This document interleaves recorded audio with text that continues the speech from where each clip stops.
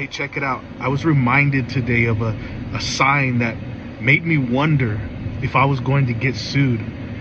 And, but also a very interesting and crazy way for someone to join the ministry. Listen, I was ministering a few years back in Cheyenne, and in one of those meetings there, a lady whom I've never met before, she was a friend of somebody, and she was invited to the meeting. And so she came in. I didn't know anything about her, never met her.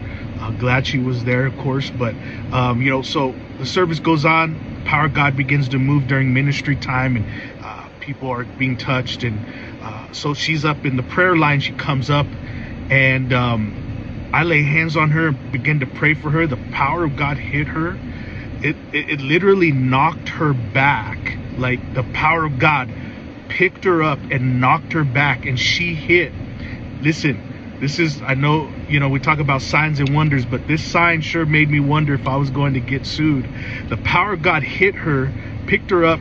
She fell back against the first row of chairs. I mean, literally, her back smacked the arm of the chair. Even people in the meeting, gasped. You heard gasps in the air and stuff. And I kept praying for people, but in the back of my mind, I'm thinking, oh God, protect us or whatever, but I knew it was in my heart, it was the power of God. So anyway, she gets up after a few minutes on the floor. She gets up and she starts to move her neck around. And there I go again, like, oh gosh, no.